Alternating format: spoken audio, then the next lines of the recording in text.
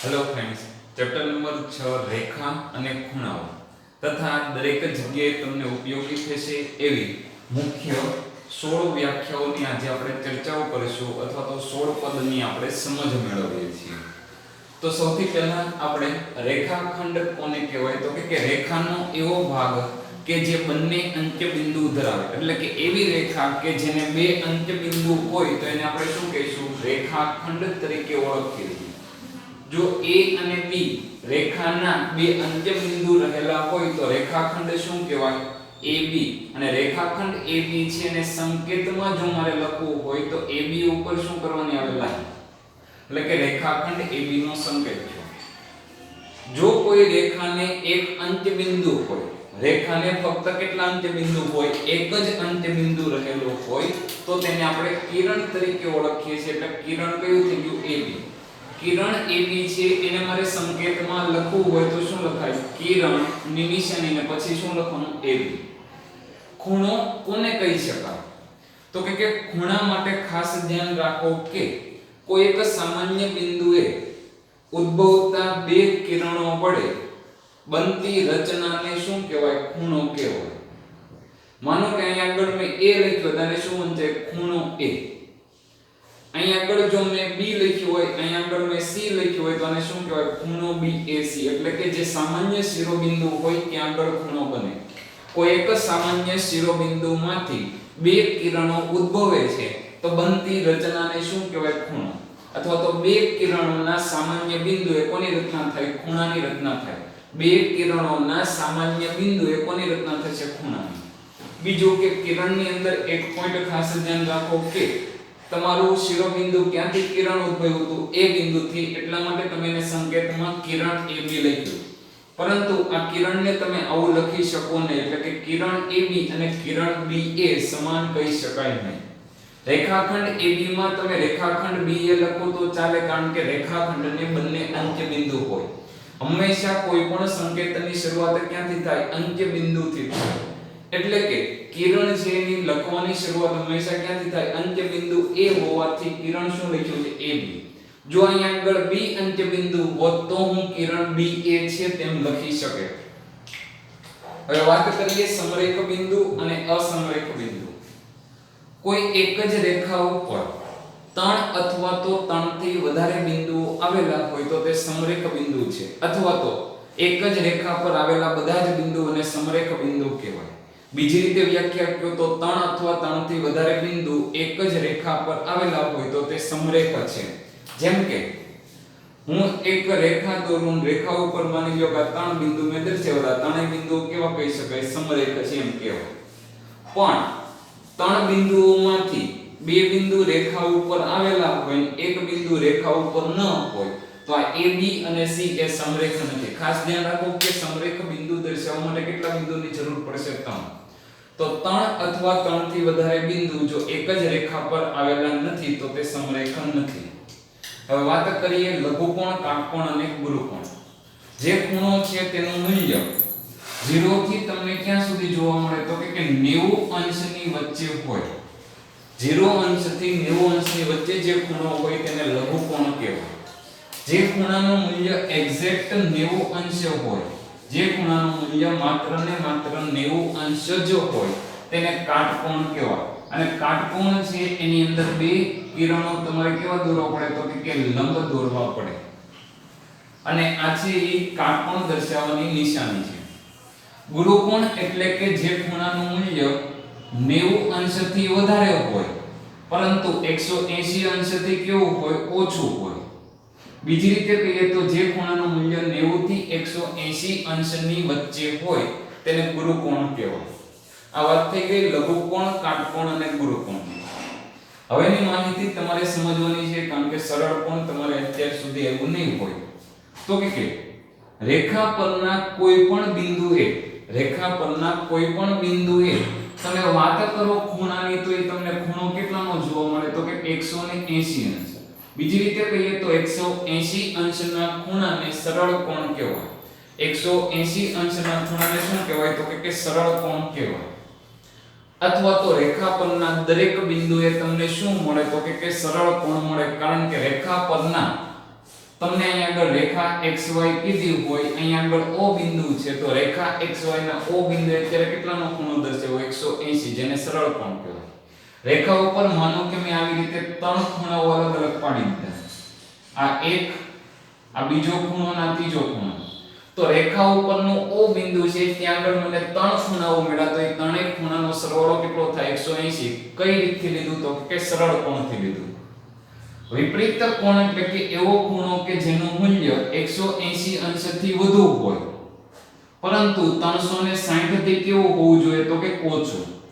જે ખૂણાનું મૂલ્ય 360 કરતા ઓછું હોય, 180 અંશથી વધારે હોય, તેને વિપરીત કોણ કહેવાય. તમને જે પણ ખૂણો આપે છે તેનો તમારે વિપરીત કોણ મેળવવાનો હોય. તમને માનો કેવું કે 40 અંશનો વિપરીત મેળવો. 40 અંશનો શું મેળવવાનું? કે વિપરીત. વિપરીત કોણ મેળવવો એટલે શું? તમે યાદ રાખજો તો કે 360 માંથી આપેલ માપના ખૂણાને બાદ કરો. સૂત્ર લખી લેવું, વિપરીત કોણ બરાબર 360 અંશ માઈનસ આપેલ માપનો ખૂણો. અહીં આગળ 40 કીધું, તો 360 માંથી 40 બાદ કરો એટલે તમને કેટલા મળે? તો કે 310. તમારે એક પ્રશ્ન કોમેન્ટ બોક્સની અંદર લખો કે 120 અંશનો વિપરીત કોણ શું થાય? હવે આપણે વાત કરીએ કોટિકોણ. કોટિકોણ એટલે કે જ્યારે હવેની જે વાત આવશે એ બધા બે ખૂણાઓ માટેની વાત હશે. ઓછામાં ઓછા કેટલા ખૂણાની વાત હશે? બે. જો બે ખૂણાઓ છે તેના માપનો સરવાળો 90 અંશ થાય. જો ખાલી 90 અંશની વાત નથી કરતા, જો ફક્ત 90 અંશ હોય તો એને કાટકોણ કહેવાય.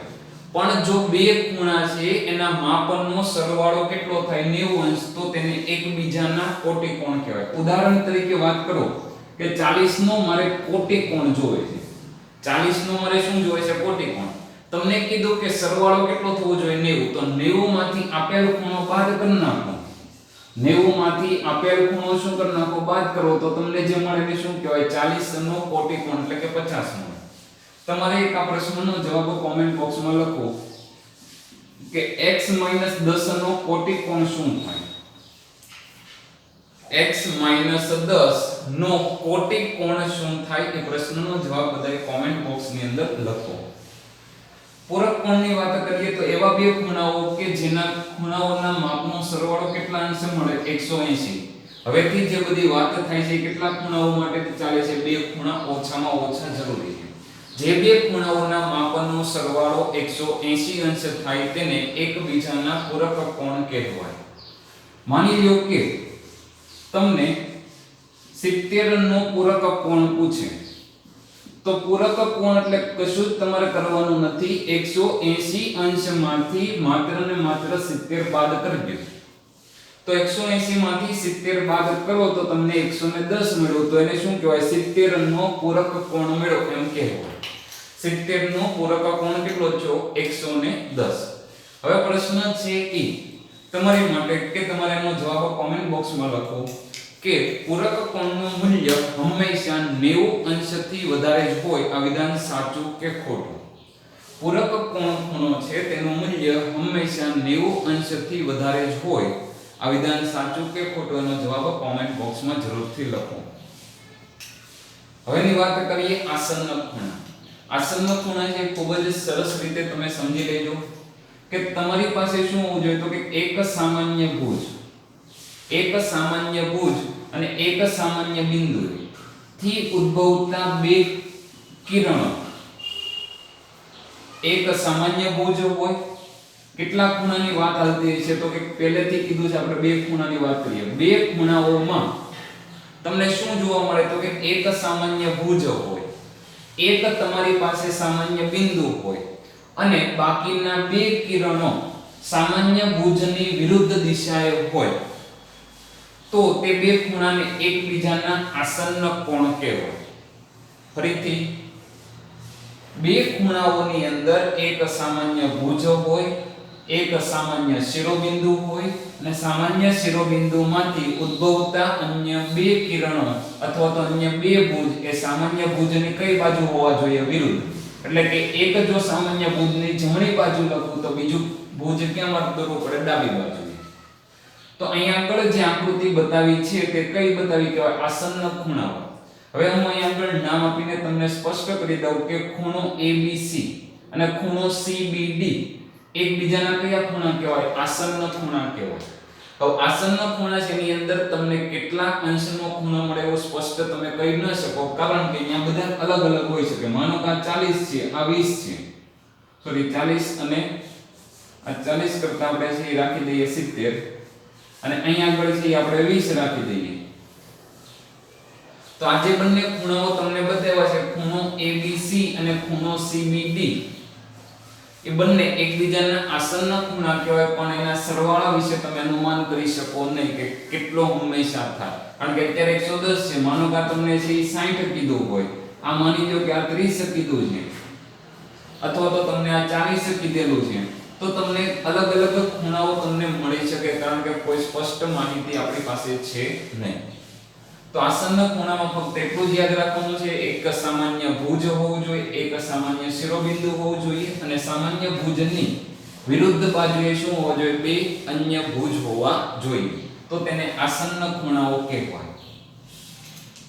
રૈખિક જોડના ખૂણા એટલે કે એક જ રેખા ઉપર કોઈ એક બિંદુએ, રેખા પરના કોઈ એક બિંદુએ બનતા બે ખૂણાઓ કે જેનો સરવાળો કેટલો થતો હોય 180 અંશ, તો તેને રૈખિક જોડના ખૂણાઓ કહેવાય. ફરીથી, રેખા પરના કોઈ બિંદુએ બનતા બે ખૂણાઓ કે જેના સરવાળો કેટલો થાય? હંમેશા 180, કારણ કે રેખા ઉપર હંમેશા સરળ કોણ મળે કોઈ બિંદુએ.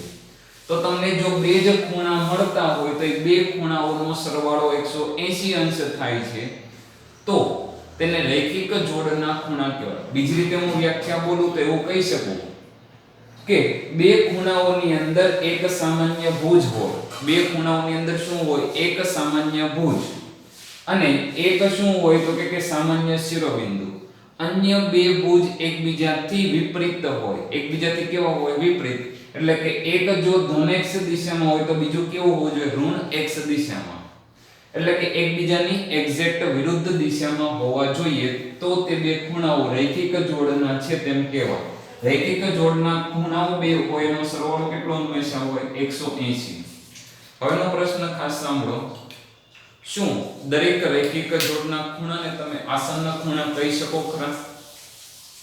તો કે હા, આપણે કહી શકીએ, કારણ કે રૈખિક જોડની અંદર જે બે ખૂણાઓ છે તેની અંદર કઈ શરત છે? એક સામાન્ય ભુજ છે, એક સામાન્ય શિરોબિંદુ છે, અને સામાન્ય ભુજથી બે કિરણ કેવી છે? તો કે સામાન્ય ભુજની વિરુદ્ધ દિશામાં છે. તો દરેક રૈખિક જોડના ખૂણા એ આસન્ન ખૂણાઓ કહી શકાય. પરંતુ દરેક આસન્ન ખૂણા એ રૈખિક જોડના ખૂણા જ હોય એવું તમે સ્પષ્ટપણે કહી શકો નહીં, કારણ કે સરવાળો 180 અંશ થાય તો જ રૈખિક જોડ બને, નહીંતર બની શકે નહીં. હવે વાત કરીએ અભિકોણની. જો બે રેખાઓ પરસ્પર એકબીજાને છેદે, બે રેખાઓ પરસ્પર શું કરે? એકબીજાને છેદે, તો છેદ બિંદુએ બનતા સામ સામેના ખૂણાઓને એકબીજાના અભિકોણ કહેવાય. એટલે કે માની લો કે આ ખૂણો છે તેનું મૂલ્ય 120 અંશ છે, તો નીચેનો ખૂણો છે એનું મૂલ્ય પણ કેટલું છે? 120. એટલે કે અભિકોણ ખૂણાઓ સમાન હોય. અભિકોણ ખૂણાઓ કેવા હોય છે? સમાન. અહીંયા આગળ સરવાળો શબ્દ આવતો નથી. છેદતી રેખાઓ એટલે તો કે જો બે રેખાઓ એકબીજાને કોઈ અનન્ય બિંદુએ શું કરે? છેદે છે, તો તેને છેદતી રેખાઓ કહેવાય. એટલે કે બે રેખાઓની અંદર તમને શું મળવું જોઈએ? એક સામાન્ય બિંદુ હોય. બે રેખાઓની અંદર એક સામાન્ય બિંદુ હોય તો તે બે રેખાઓ એકબીજાને છેદે છે તેમ કહી શકાય. અને બે સમાંતર રેખાઓ ક્યારે કહી શકાય? તો કે બે રેખાઓ ને અનંત સુધી લંબાવવામાં આવે. બે રેખાઓને શું કરીએ? અનંત સુધી લંબાવીએ, પરંતુ તે એકબીજાને છેદતી ન હોય તો તે કેવી રેખાઓ છે? સમાંતર. અથવા તો બે રેખાઓને કોઈ ત્રીજી રેખા જ્યારે છેદે છે ત્યારે છેદિકાની એક જ તરફના અંતઃકોણનો સરવાળો 180 અંશ થતો હોય તો આપેલ બે રેખાઓ સમાંતર છે તેમ કહી શકાય. તો સમાંતર રેખાઓ એટલે કે જે બે રેખાઓ એકબીજાને અનંત સુધી લંબાવતા છેદે નહીં તેને સમાંતર રેખા કહેવાય. છેદતી રેખા એટલે કે બે રેખાઓ છે તેની અંદર કોઈ એક જ સામાન્ય બિંદુ તમને મળતો હોય તો તે બે રેખાઓ કેવી કહી શકાય? છેદતી રેખાઓ છે તેમ કહી શકાય. તો મુખ્ય ઘણા બધા પદ છે એની સમજ આજે આપણે મેળવી. જો તમને પસંદ પડે તો જરૂરથી લાઈક શેર કોમેન્ટ કરો. જય હિન્દ જય ભારત.